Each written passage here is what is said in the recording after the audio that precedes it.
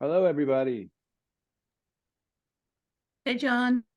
Hello. Every- Everybody's being so quiet today. Hello. Hey. Yeah, dude. What is it? Hello. End of February already. Hey, Julia.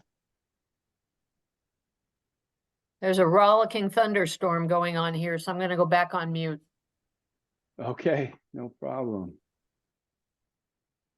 Well, as we always do, we'll give it a few minutes to let others join. And if you haven't already done so, either change your username on your screen to include your property affiliation, as seen by Scott Connolly, and or include your name and property affiliation in the chat, and then it serves as a transcript of who's in attendance, just in case we need to reference that at any time.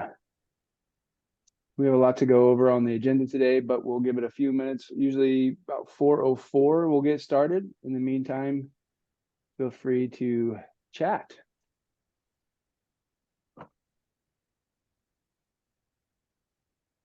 Oh, hey, Cindy Wagner, you're back on the calls. Great to have you back. Yeah, it's so great to be back, guys. I had a commitment on Monday afternoons all fall and it ended. So happy to be free at 4 again. All righto. And Lori Adams, you're here too. Wow, it's like a reunion. Yeah, it does feel that. I'm like, wow, it's been a long time. I've been focused on a lot of things. But thanks everyone for keeping it up, and John for continuing to host. Yeah, Like my home pleasure. week here. What's that, Jamie? I said it's like old home week here. Yeah. Yeah, maybe we should all just like cancel everything we're doing tomorrow and pretend like it's COVID days again. Oh my gosh. Yikes. Ouch. No, a little PTSD from that. No, thank you. Totally. I believe it. Totally.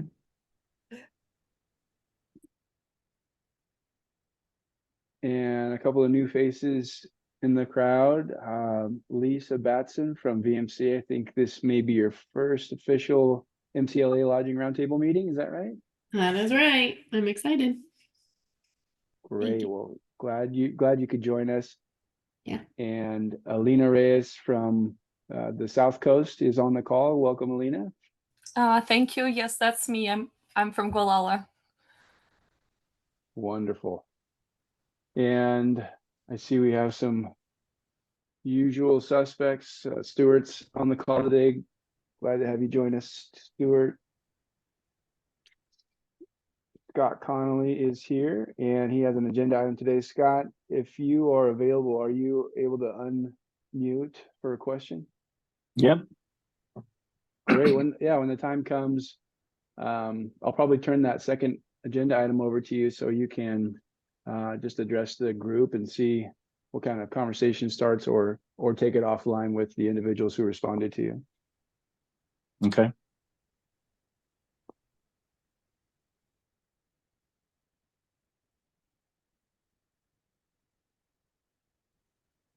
Yeah. No, I'm good. Right. Okay, it looks like 4:04. We'll just go ahead and get started with the group members who are here today. It is Monday, February 26th, and the meeting is recorded, so it's posted on our Slack. And some people appreciate being able to come back and listen to it. So if you have any concerns behind the scenes, let me know, and we can always adjust the recording to remove you. If I have had that request in the past, we've been able to do that. So if not, then we'll get it rolling. With the agenda outline that was sent over, first topic is the February 2024 survey results, and we'll just quickly go over those. I'm going to try and share my screen just so we can follow along together.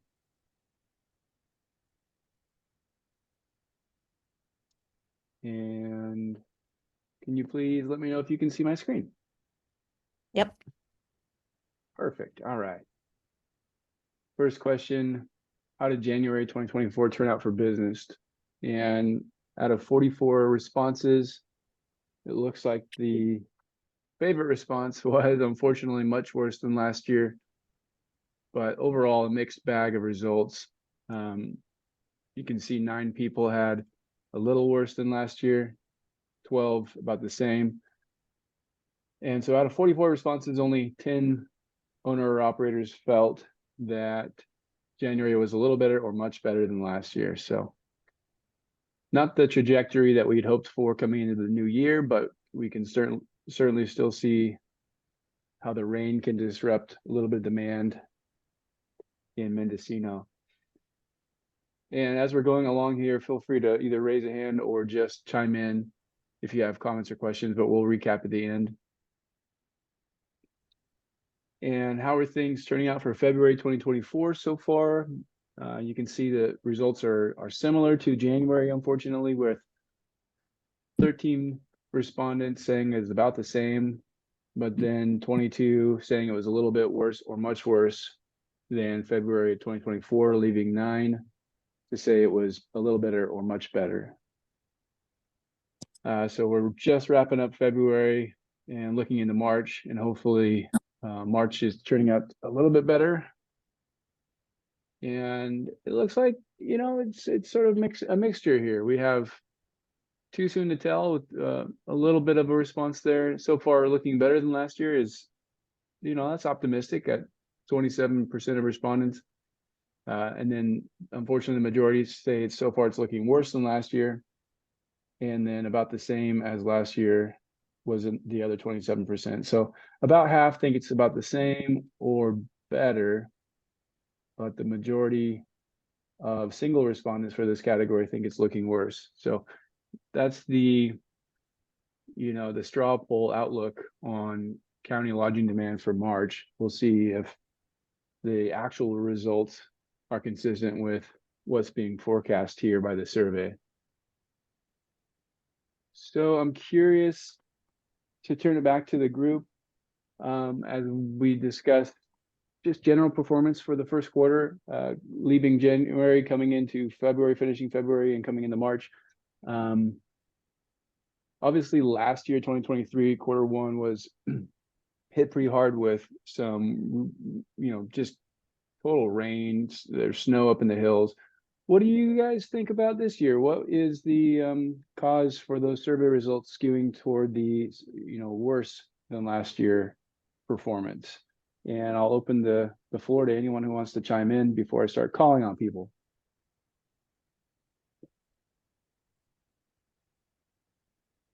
And hearing none, I'm going to ask Ian Roth, how do you feel about performance at the Seagull in Mendocino for January and February? And without giving away your vote, let us know what your thoughts are. Without giving away my vote. I don't know, I've done a lot of thinking about this, and I'm on the MCLA call and in touch with other lodging operators.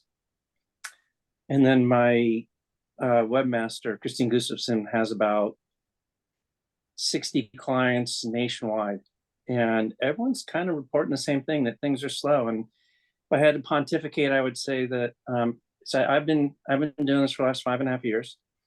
So if we started in July of 18 during the Mendocino complex fires, followed by the Paradise campfire, this fire, that fire, the other fire, the pandemic, drought, construction for last year. And I like to say that, like a buddy of mine says, normal is just the setting on your dryer. So I really don't know what normal is, because I haven't had a wonderful opportunity to experience what that might mean.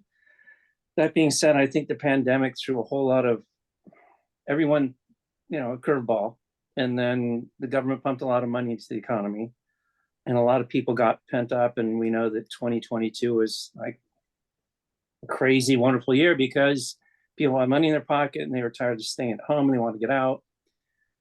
What I'm getting a sense of now is, as we all know, in Mendocino, when there's snow in the Sierras, the window for skiing is about that big, and the window for going to the coast and in Mendocino is forever. So I think good snow in the Sierras doesn't help us. I think you combine that with inflation, both real and perceived, a couple nasty wars going on in the world and a really effed up presidential election that's messing everything up.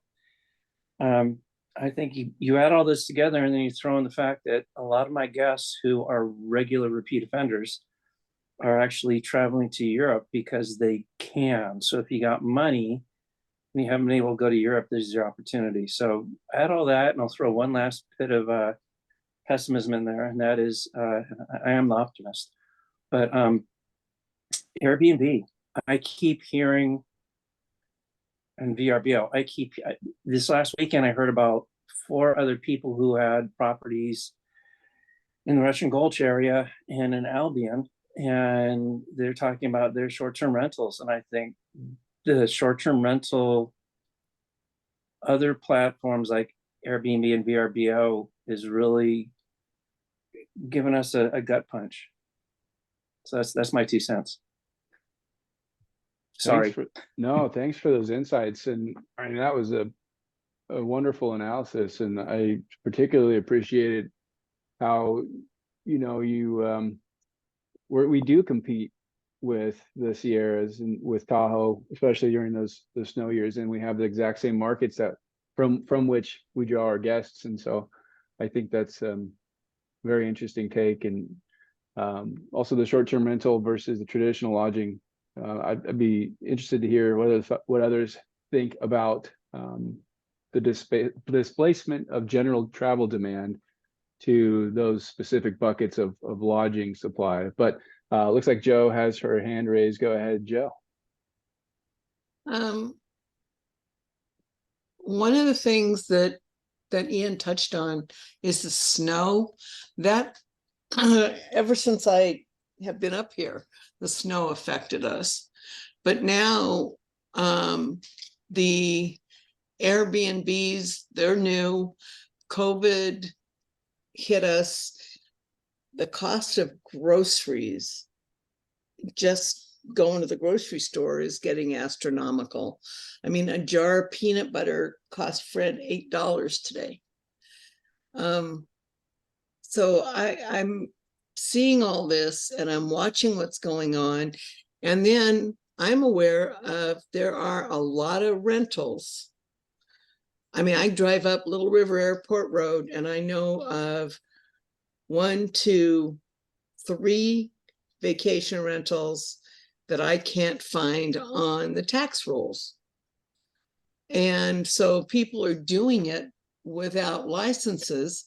The county is so screwed up, they can't go after it to figure out what's going on. And, we can't go after our constituents, right? So I think we're seeing a culmination of a whole bunch of stuff. And I think Ian's got it really close, and we're all just struggling to keep going. And our costs are going up. They're, minimum wage is going up. Has anybody been able to get away with upping their lodging rates without getting complete craziness back from your guests? That was one of the things that I found really difficult. I would try to raise the rates, and I'd get my regular people, and they'd go, well, why come I have to pay more? I've been coming there for years. I mean, would you ask the Hilton that? Would we ask Holiday Inn that? So I don't know. I'm just throwing more out there. And I don't think there's just one thing we can put our fingers on. Thank you, Joe. Yeah, great points. And as the economic landscape continues to be a little bit strange, those are all definitely indicators we need to keep an eye on.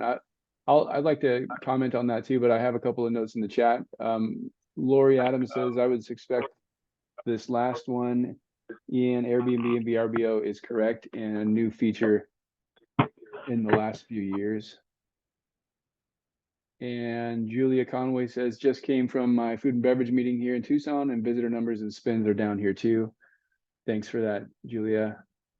Lori writes again, I would agree with all the variables that Ian mentioned.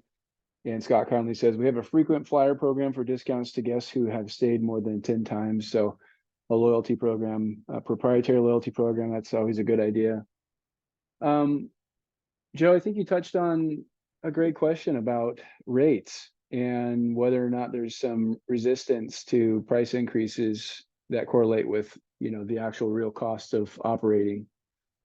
And I'm just kind of curious, I'll give my take. I'd like to hear from others, but we have had price or rate resistance over the last 1 or 2 quarters, I think considerably.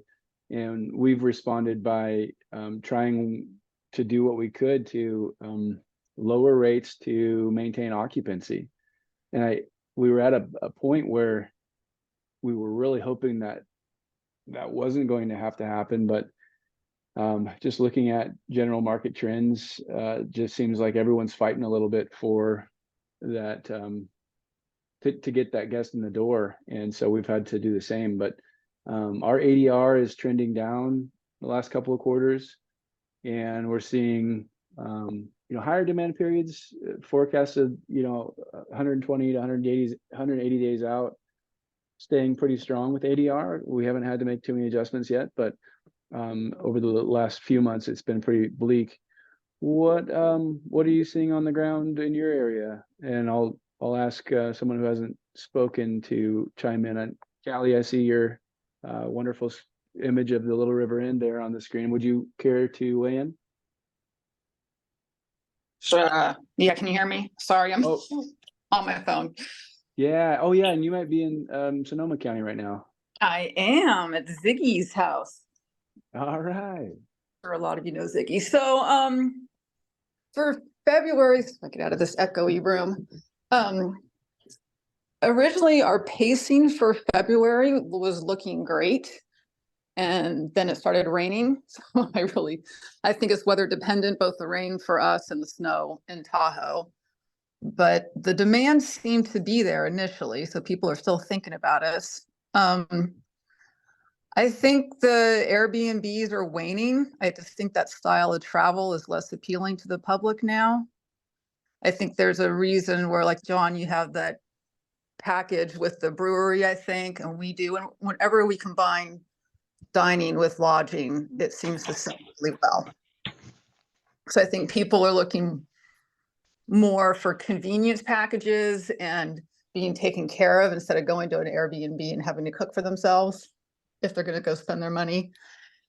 And on the rates, our deluxe rooms for more expensive rooms continue to sell.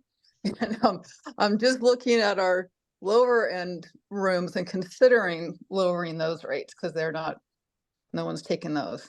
So I guess rich people still have money and the middle class don't.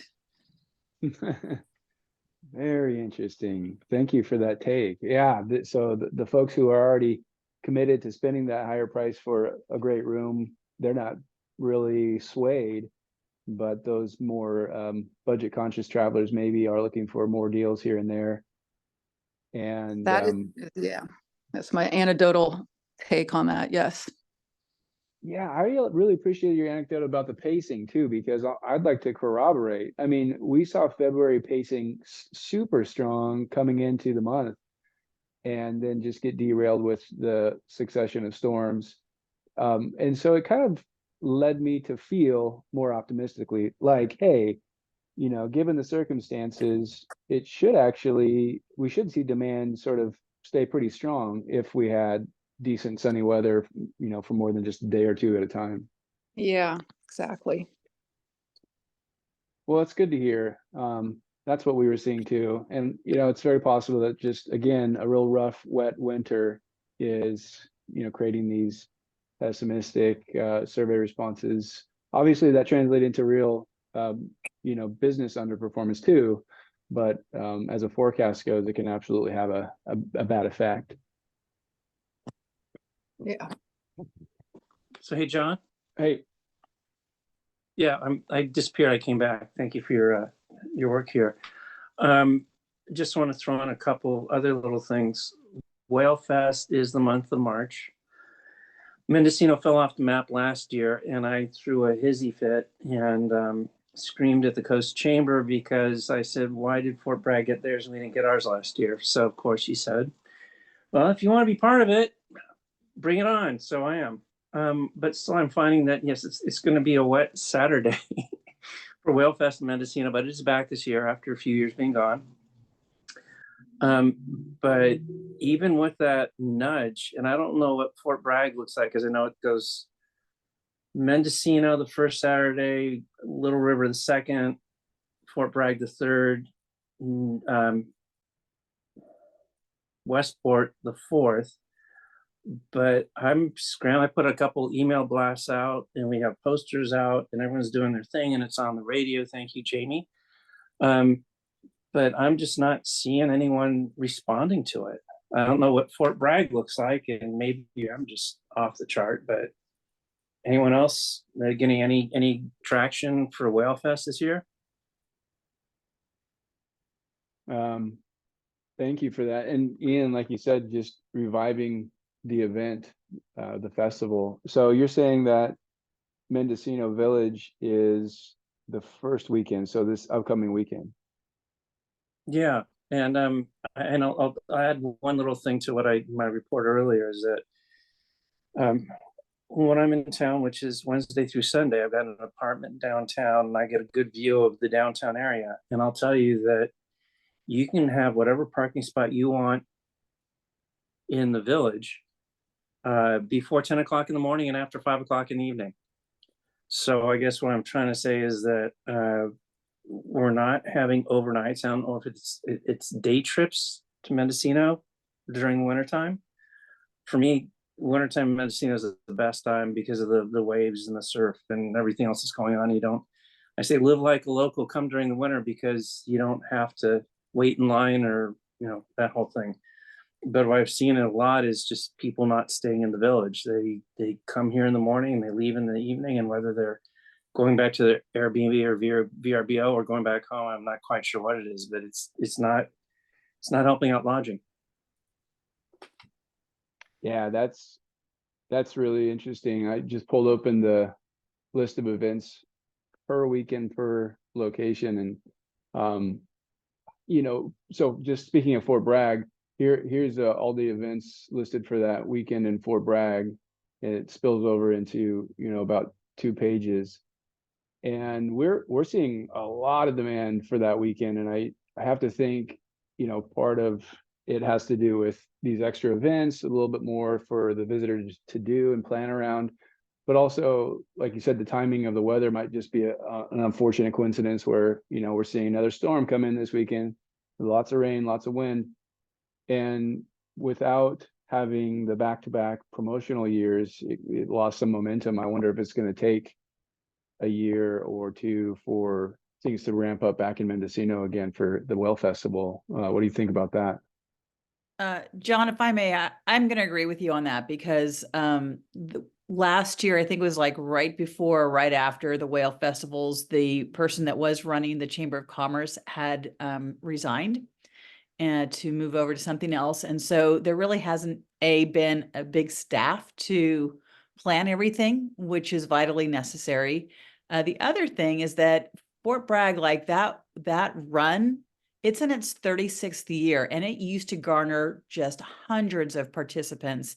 And so, that's almost like a legacy event that's been happening, that's just been built over time.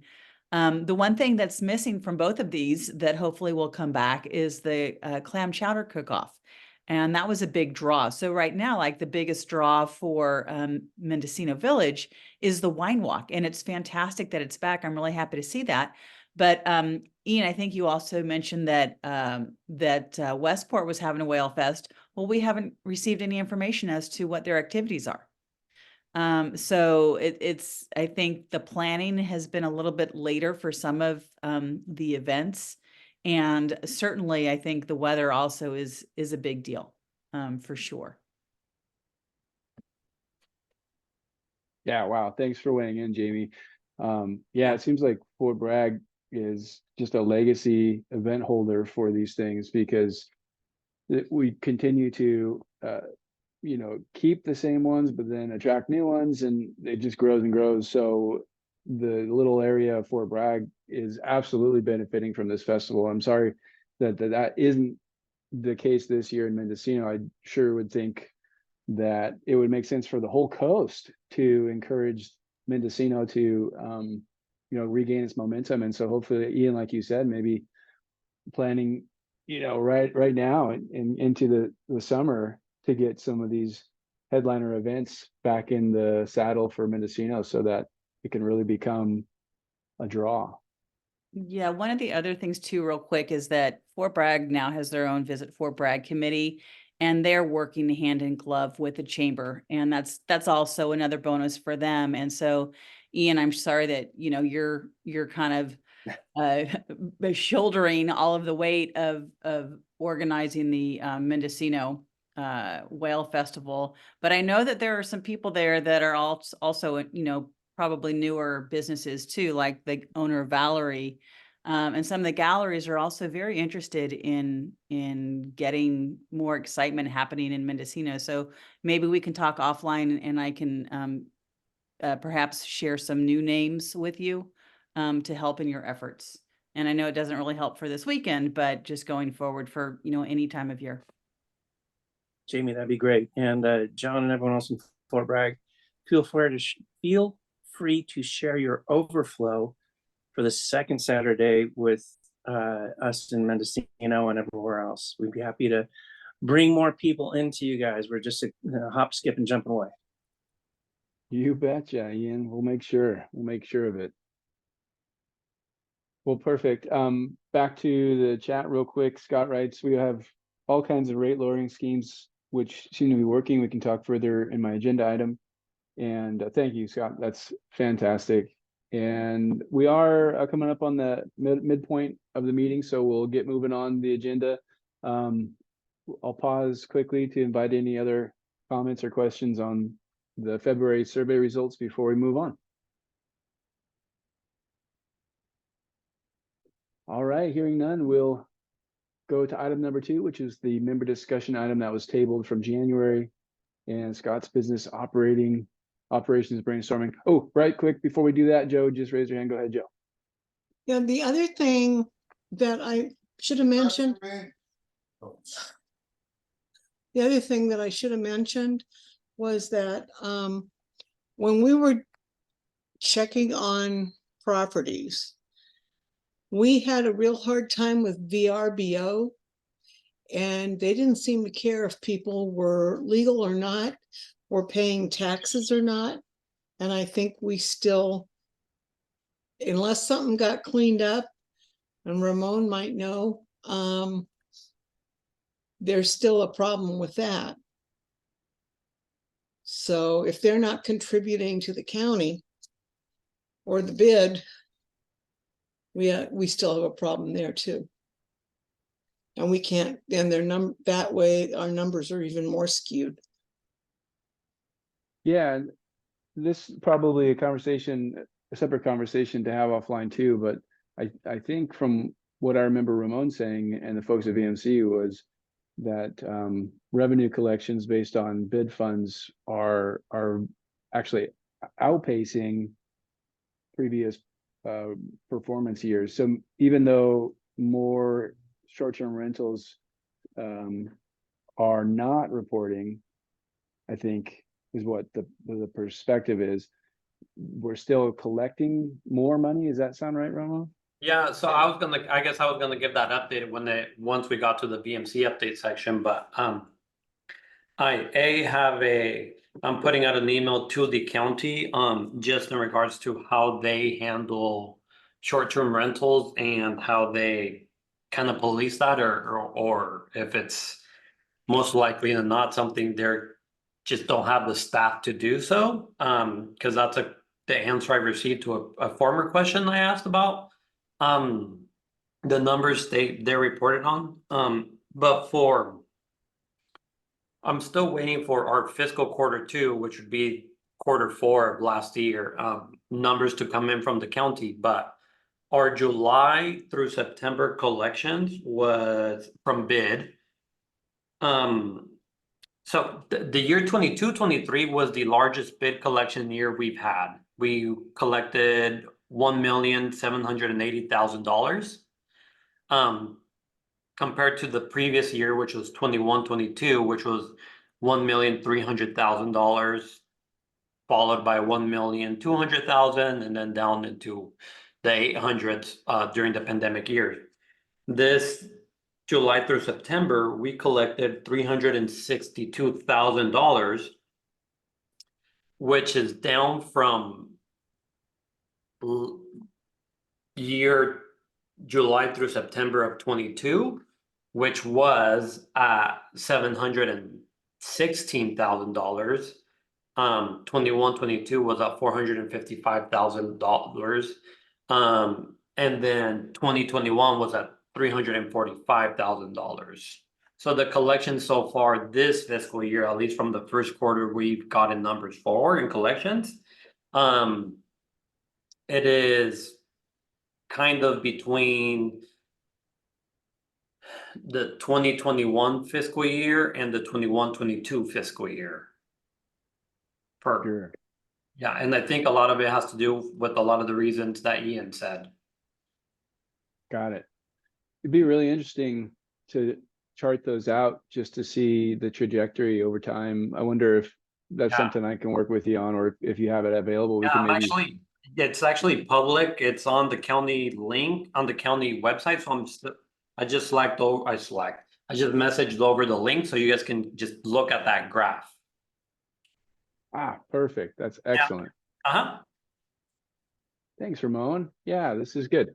Be good for us to track how that is coming in, how the collections are coming in, especially as we get past this rainy winter, this rainy first part of this year, and we'll kind of see how things start to evolve into the spring and summer. So I appreciate the link. Yeah, and now moving back to Scott Connolly, and just as a preface, Scott, you'd spent some great time putting together this extensive list of your insights. So thank you so much for doing that. We have it put as a separate link in the agenda, and that was sent out. And so in the interest of time, we thought, gosh, it might be hard to go over individually all of them.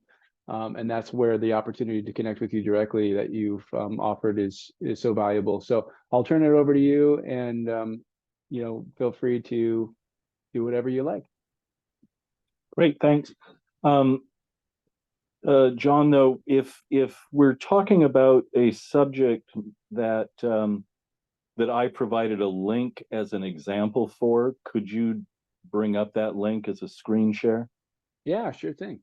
Yeah, only if it's on a topic that we're talking on. You don't have to be pulling them all up right now. Yeah, so I think like November, December, January, when we've been having these thermometers and surveys, I seem to be the only one who's been positive about this winter. And so I guess I was asked at the last meeting if I could come up with some thoughts, and maybe it was Cab actually, because Cab brought up the issue at the last meeting and said he had some thoughts as well. And so I apologize to John. For the entire month, I have been sending him these ideas as they occur to me in the middle of the night. There's now like over 45 ideas. So he'd be getting them as texts, he'd get them as emails, he'd get them as DMs on Slack and whatever. And so I appreciate the fact that he put it all together in this one document. And also we've been dealing with different documents, Google Docs and, all that sort of thing. And so, John, I have lost the email or the names of people that had already said they wanted to contact me later. And so I'm wondering if you could resend those to me, because I can't figure out where I saw them under what platform. Absolutely. But, yeah, I'll do that now. I'll send them to you at Slack, Scott. In reality, if any of you on the line had already sent in the request, I think it'd be better if everybody just took down my email address and contacted me at your leisure as you have the time to contact me, rather than me having a list of people to contact. and just hoping for the best that we can get together. So the email address is Mr. Andiron, all one word, no caps, MRANDIRON @gmail.com. And so I'd be happy, to talk offline with anybody further on something that we brought up today but didn't finish, or things that we didn't get to. And then before I ask for you to tell me a question you have based on the list of 45 things, I just wanted to say they're all broken down into revenue generating ideas, cost cutting ideas, attractions, and promotions. So the letter R, the letter C, the letter A, the letter P. On the list, most of the promotions kind of start the thing. But what I want to say right at the very top, I have the number 1 there. And there's actually 2 number 1s, Visit California and VMC. In terms of Visit California, how has anybody taken their survey? It just came out this last month. They were basically taking a temperature check on how lodging is doing in your area. Have you seen those? Have people completed them? Yes, I have. Anyone else? Well, I highly suggest that you do so, because a lot of the ideas that I came up with in this last month came to me by going through the survey. And so you may very well come up with some ideas of your own just by looking at that survey. Overall, I was very impressed. Not that they show county statistics, but it was obvious by what they considered concerning items that much of their concerning items really don't affect Mendocino County, which was great to see. A couple of the negative things that I could see is local resident issues with tourism, lack of mass transportation, and then STRs and VRBOs and Airbnbs and that sort of thing. Those seem to be the 3 items out of these. They must have had 40 items of concern that I thought were the only things really that affect Mendocino County. And then VMC also put out a survey recently. It wasn't quite as large as Visit California's survey, but again, just taking the survey, you can get ideas to help yourselves. And so I encourage VMC to continue with those types of surveys, maybe get them even broader and as detailed as Visit California. I also want to say that much of the revenue generating ideas and whatnot came to me because of VMC. And so if you're not connected to VMC terrifically, I suggest that you do so, because the entity will help you out individually, and you can help the entity out individually by coming up with events on your own and notifying VMC so that they can post them, similar to what you saw on John's screen about all of the whale activities that are going on. So anyway, that's all I had to say about what I consider the 2 primary things that we can all do to help ourselves, and that's Visit California survey, VMC in general, and in particular, any surveys that they put out. So before moving on, any questions about that so far, or shall we continue on? Okay. I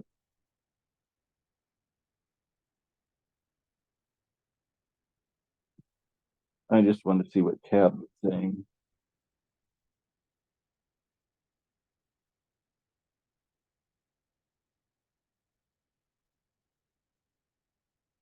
So I can talk about green.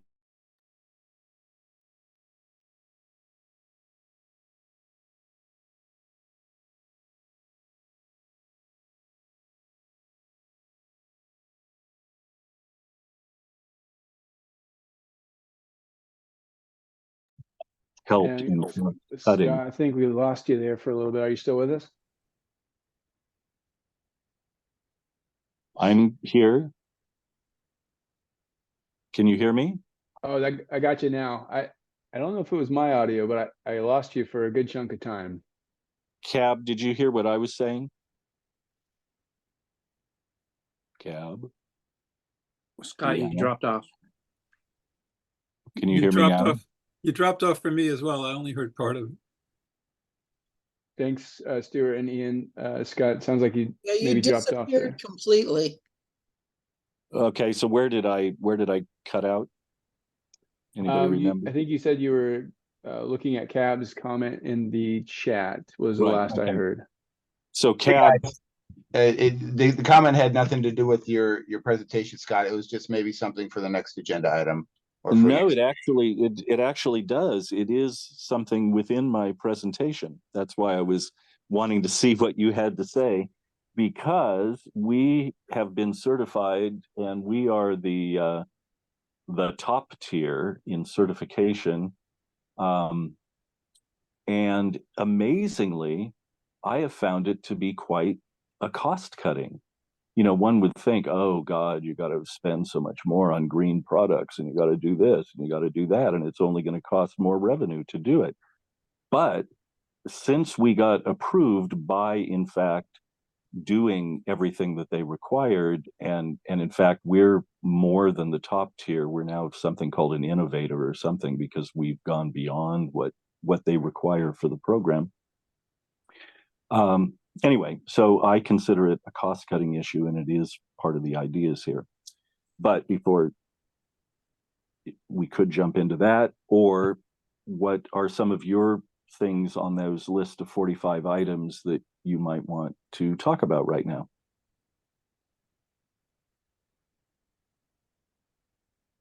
And I think your offer is perfect because the list is extensive. Yeah, why don't we give the group and those who aren't on the call today, but who have been subscribed to the list, an opportunity to reach out to you directly with your email, and then you can schedule some time outside of the meeting to go over those that comprehensive list, because it's a lot of really good stuff on there. All right, so don't talk about anything in particular right now on the list. Yeah, it sounds like 15 minutes left. We can move on to the other item that you weighed in on with the mandatory organics recycling, if that works for you, Scott. Yeah, but let me just finish with Cab. Are you still there, Cab? Cab? John, can you hear me? Oh, yes, you are live. Cab, are you there? Yes, Scott. Okay, anyway, what I wanted to say though is that we were the last entity to be approved for this program. They discontinued it December 31st, and everybody who got in before 31st is now grandfathered, and the program will continue for those people. But if you didn't get approved by the 31st, they've shut down. There's no staff anymore. Basically, everything. They're still doing it through June, Scott, just so you know. Oh, good. Okay, excellent. Thanks very much. I appreciate your help. Also in my list, I've got my letter from them that I've printed in there that says that they discontinued. They discontinued on December 31st. So odd. You spoke anyway, to them today, but thanks.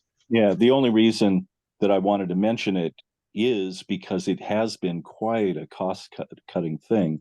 So hopefully, yes, you can get approved, but many others won't. But there are so many others, and their letter to me lists all of these other type of programs that basically do the same sort of thing. And so, one, not only was it cost cutting, it's also revenue generating, because California state workers can only stay in green approved lodging.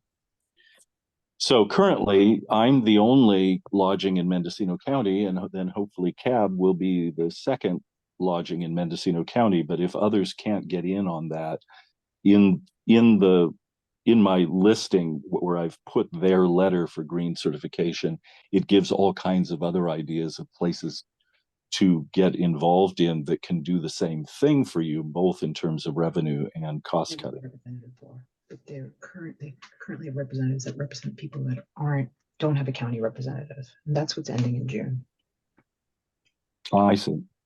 Okay.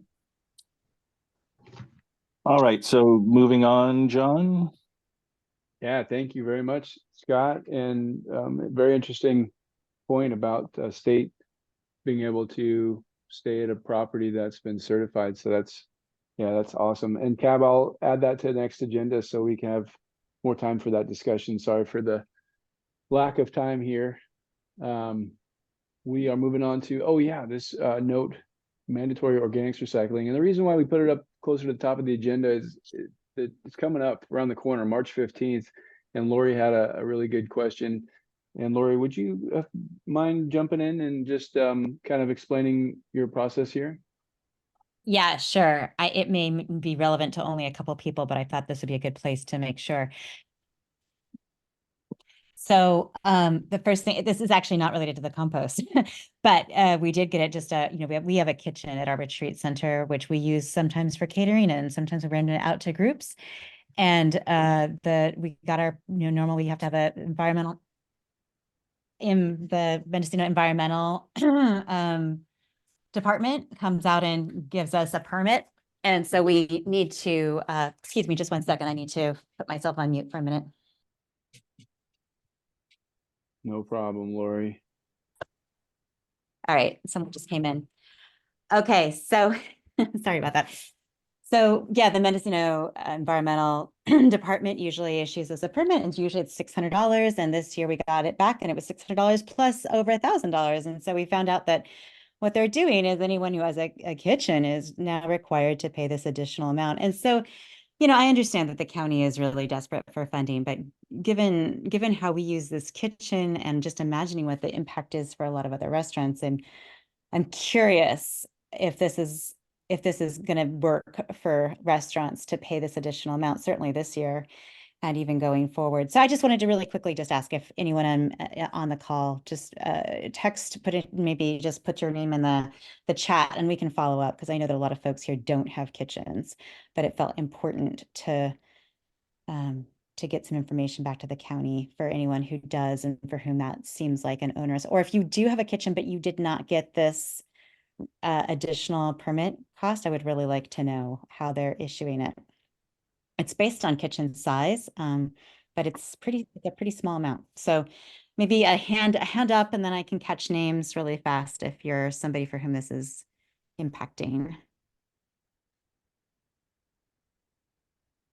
So it looks like nobody else. So I know Little River has a kitchen, but maybe you just can't put your head up.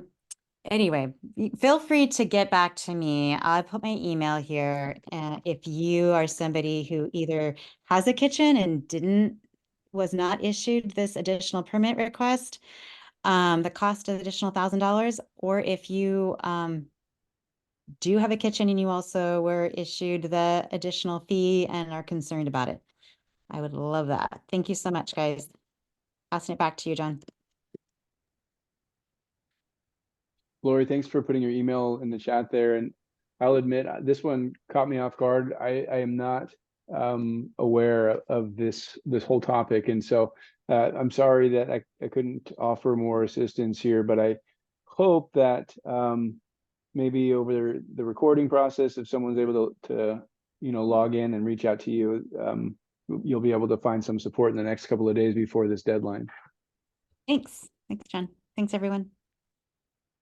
And if you hadn't already had a chance to click on the link in the agenda under what Scott had posted, there's an exemption request form. I found it very helpful as a tool. Scott, thank you for sharing the application that you'd submitted for the commercial organics recycling.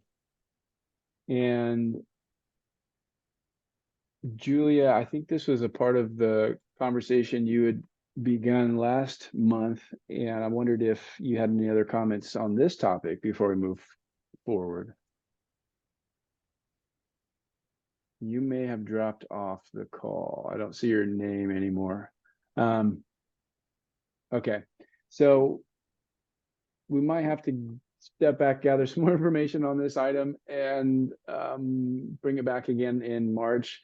But for the time being, we have 9 minutes left for today, so I would love to get VMC on the rest of the agenda item. What are we, excuse me, what are we at here? Okay, VMC area update standing agenda item. Ramon, can we turn it over to you or someone on your team for this next item? I see Janice is on the call. Janice, do you want to give a quick update on Seafood and Sips Festival? Okay. Because I don't think it still hadn't happened since our last meeting. Okay. So Seafood and Sips was countywide with lots of participation by restaurants and tasting rooms and businesses. We had 2 anchor events, one on the coast and one in Hopland. Both events were well attended and drew lots of people to the area. Let's see, the event in Hopland was a sparkling wine and oyster celebration experience. We called it In the Caves at Siracina. And so that brought a whole lot of people up from Sonoma. Unfortunately, it did not seem to increase a lot of lodging. I think it was mostly day people, although the restaurants after the event, the restaurants in Hopland were all full, where there was a 45-minute wait in the few restaurants that they do have in Hopland. So I guess that was successful for Hopland. And then in Fort Bragg, we had the crab cake cook-off. It was a bit smaller than it had been in the past, but still has a great following. It brings in a lot of people who are from out of town and stay in the hotels. Before the crab cake cook-off, the night before, there was a Cioppino feed, which was hosted at Little River Inn. And that was full for both seatings. And we've got the Well Festivals coming up.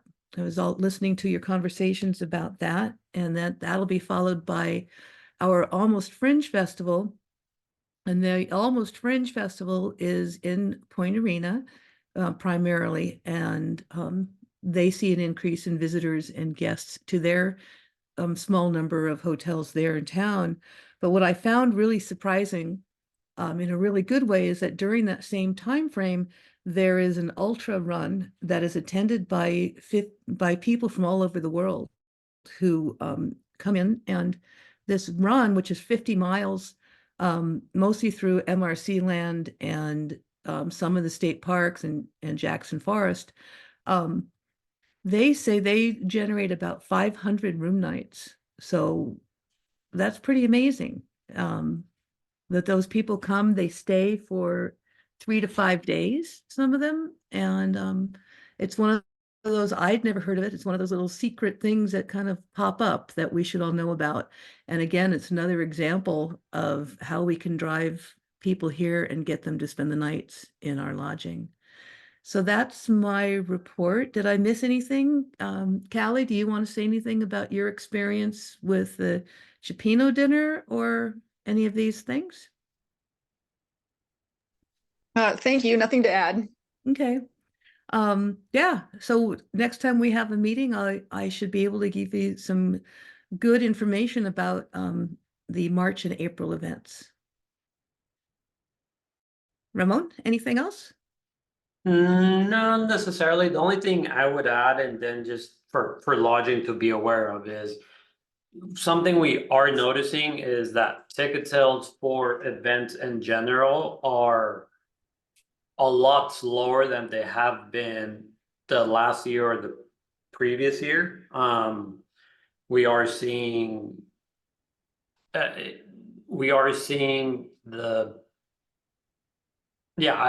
think that for various reasons, and a lot of them of what Ian mentioned, some people are just deciding to not attend as many events or to travel as much necessarily. So we are seeing ticket sales for events in general be slower than what we have been seeing in the last recent years, post-pandemic.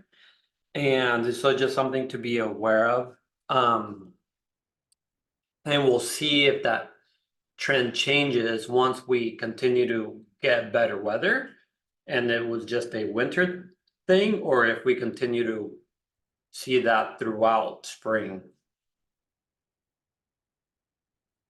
But that would be my only, I guess, my last update.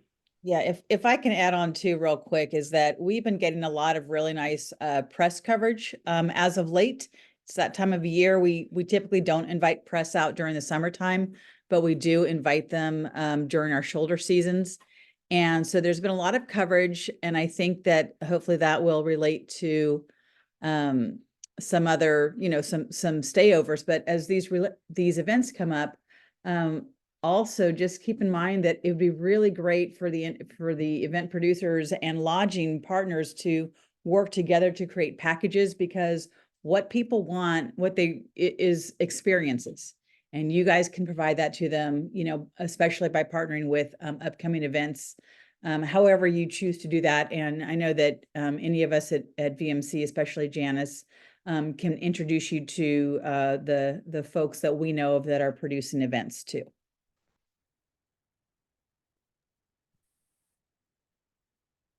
Yeah, perfect. Thank you, Jamie and Ramon and Janice for the recap.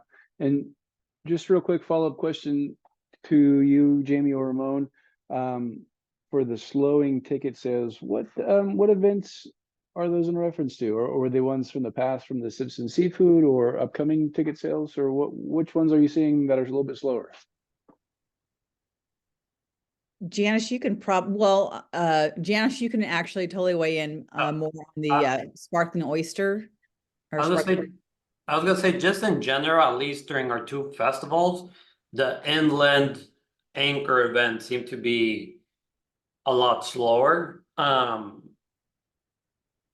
think people are looking for an experience, and also which the mushroom whiskey and wine train kind of provides. You take a train and then you have all these aspects within that.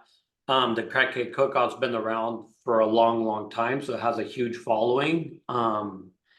But the sparkling celebration in Saracena Inland, which is a wine event, and Taste Mendocino, which is a wine event and took place in November, saw a lot slower ticket sales than I think we were all expecting.